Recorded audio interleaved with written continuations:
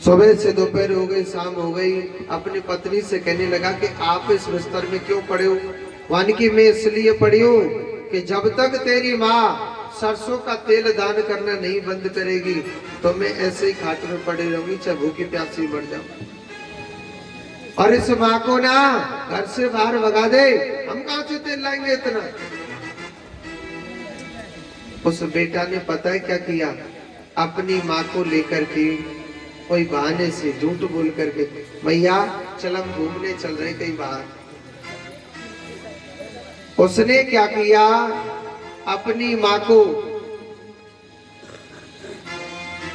और किसी वृक्ष के नीचे छोड़ दिया था और मैया से कहने लगा कि मैया मेरी घरवाली बहुत कलेश करती है, बहुत लड़ती है मुझसे, बहुत झगड़ती है, आप ना ये जो सरसों का तेल दान करते।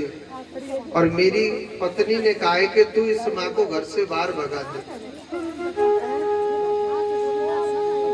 तो माँ मैं आपको यहाँ पर छोड़ने के लिए आया हूँ, मगर मैं आपकी धीरे धीरे ना खाने पीने की सब व्यवस्था कर दूंगा।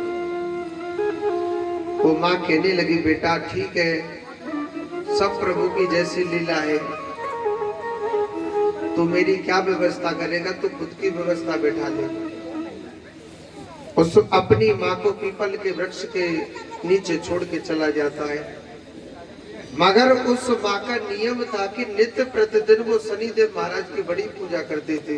अब ना तो उसमें कोई शनिदेव की मूर्ति और ना ही उस पर सरसों का तेल और ना ही कुछ नहीं था, पैसा देना भी। अब वो सोचने लगे कि हे शनिदेव महाराज, अब मैं तेरी पूजा करूं तो कैसे करूं, मेरे पास तो कुछ नहीं। देखो अगर भावना सच्ची हो जीव की तो भगवान जरूर लाते, और आपके मन में भावना सत्य नहीं है तो भगवान चाहे शनिदेव की पूजा करो चाहे किसी की भी पूजा करो, कभी नहीं आते भगवान। एक तेली तेल बेचने के लिए जा रहा था, वो बेचारा और ज्यादा दुखी, उसका तेल कहीं नहीं बिक रहा था।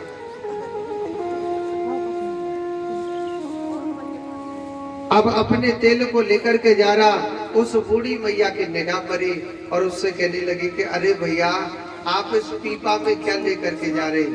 तो वो कहने लगा मैया मैं तेल बेच रहा हूं।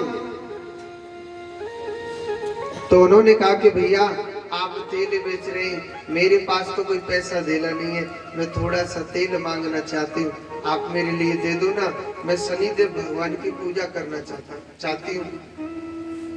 तेली तो वैसे टेंशन में था कि बूढ़ी मैया चल ठीक है तुझे तेल लेना, मेरा तो कहीं बिक नहीं रहा। अब थोड़ा सा तेल मांग रही है, 100 ग्राम तेल मांगा था, उसने कहा ठीक है भैया आप ले लो, दे दिया। बूढ़ी माता थी, मगर बूढ़ी माता थी, शनिदेव महाराज की कृपा से जो वो तेली तेल बेच रहा था उसने 100 ग्राम तेल बूढ़ी मैया को दिया। आगे जाके शनिदेव जी ने ऐसी कृपा करी, बाको पूरा पीपा का पीपा ही बिक गया था। भैया हमको तेल दे दो, हमको तेल दे दो। वो तेली सोचने लगा भैया ये बूढ़ी मैया बड़ी चमत्कारी, नेक्स्ट से तेल भी मेरा पूरा पीपा बिक गया। अब वो बड़ा खुश हुआ, माने कि इस बूढ़ी मैया के लिए मैंने तेल दिया है 100 ग्राम, तो मेरे ऊपर तो शायद भगवान की कृपा हो गई। अब तो दूसरे दिन वो तेली निकल के जा रहा, अपने आप बगैर कहे उस मैया के लिए 200 ग्राम तेल दे दिया कि मैया आप अपने शनिदेव महाराज की पूजा करोगे तो आप मुझसे तेल ले लो।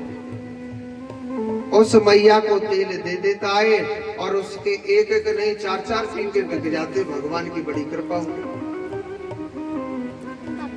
वो तेली सोचने लगा अगर इस बूढ़ी मैया को मैं अपने घर में ले जाऊं तो पता नहीं भगवान की कृपा से शनिदेव महाराज की कृपा से तो मेरे 9 नित्य 100 सिद्ध हो जाएंगे। तो उसने क्या किया, उस बूढ़ी मैया से कहने लगा कि माँ मेरी भी माँ नहीं है, आप यहाँ पर बियाबान जंगल में रहते हो, मैया आप मेरे घर पर चलो ना, आपके लिए अच्छा भोजन कराऊंगे, अच्छा हम सब कुछ कराएंगे आपके लिए, अच्छी सेवा करेंगे। वो माँ कहने लगी बेटा मैं नहीं जा सकती हूँ, पहले आप अपनी बहू से पूछ के आओ कल को तेरी बहू ने मुझे भगा दिया घर से। बेटा ने कहा नहीं माँ, बहू कौन होती है, मैं जो कहूंगा वही मेरे घर में होता है। बूढ़ी मैया को ले आया। शनिदेव महाराज की कृपा से उसके घर में तो बड़े बड़े महल खड़े हो गए, हर प्रकार का आनंद हो गया। और जिस बहू बेटा ने अपनी माँ को निकाला वो दर दर के भिखारी हुए। उस बूढ़ी माँ का बेटा अपनी पत्नी से कहने लगा कि तूने कितना बुरा किया जो हमारी माँ को घर से बाहर निकाल दिया। 100 ग्राम तेल के पीछे, थोड़े से तेल के पीछे, और हमारे पास कितनी खुशियां थी, सब कुछ था, मगर देख वक्त ने कैसा पल्ला पलटा है, हम एक एक रुपए के लिए मोहताज हो गए। तेली बहुत बड़ा धनवान हो जाता है। एक दिन क्या होता है, वक्त ने कैसा पलटा मारा, वक्त ने कैसा पलटा मारा कि जो उस बूढ़ी मैया के बेटा बहू थे वो नौकरी के लिए घूमने लगे और उसी तेली के यहाँ पे ही पहुंच गए। भैया आप हमारे लिए कुछ नौकरी दे दीजिए। अब तेली के यहाँ तो तेल पेलना होता और कुछ नहीं, तेल का काम था उसका। उसने कहा ठीक है आप हमारे यहाँ पर रह जाइए, मगर देखो जो बेटा और जो बहू थे वो अपनी सासू माँ, अपनी बूढ़ी माता को भूल जाते हैं, चेहरा को, शकल को, सब कुछ को भूल गए, मगर बूढ़ी माँ अपने बेटा और अपने बहू को नहीं भूली थी। उसने देखा था सामने कि मेरे बेटा बहू आज मेरे यहाँ पे नौकरी करने के लिए आए।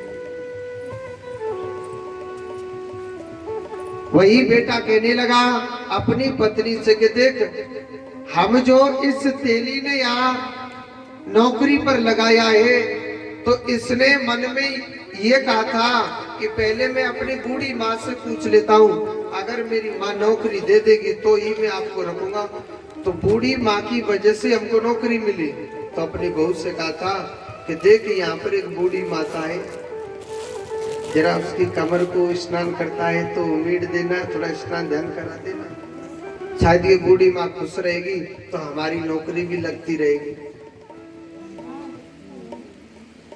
अब क्या होता है, एक दिन जब बहू बेटा उस तेली के यहाँ पर नौकरी करते थे, एक दिन बहू स्नान कराने के लिए जा रही थी तो बूढ़ी माँ मना करने लग रही कि अरे बेटा आप मेरी कमर को मत मीड़ो। वो थोड़ा जिद पड़ गई, नहीं माता जी मैं आपके अगर कहें तो कमर मीड़ देती हूँ। मगर जब वो मीड़ने लग रही उस तेली ने आज्ञा दी थी कि माता जी कोई बात नहीं, इसकी भी इच्छा करे सेवा करने की, बूढ़ी माँ की सेवा मैं भी कर देती हूँ। जब वो बहू स्नान करा रही थी तो उसकी पीठ पर एक तिल था। वो बहू उस तिल को जानती थी कि मेरी सासू माँ के पीठ पर तिल था, तो उस तिल को देख देख करके बूढ़ी माँ को लिला रही थी और रोने लगी।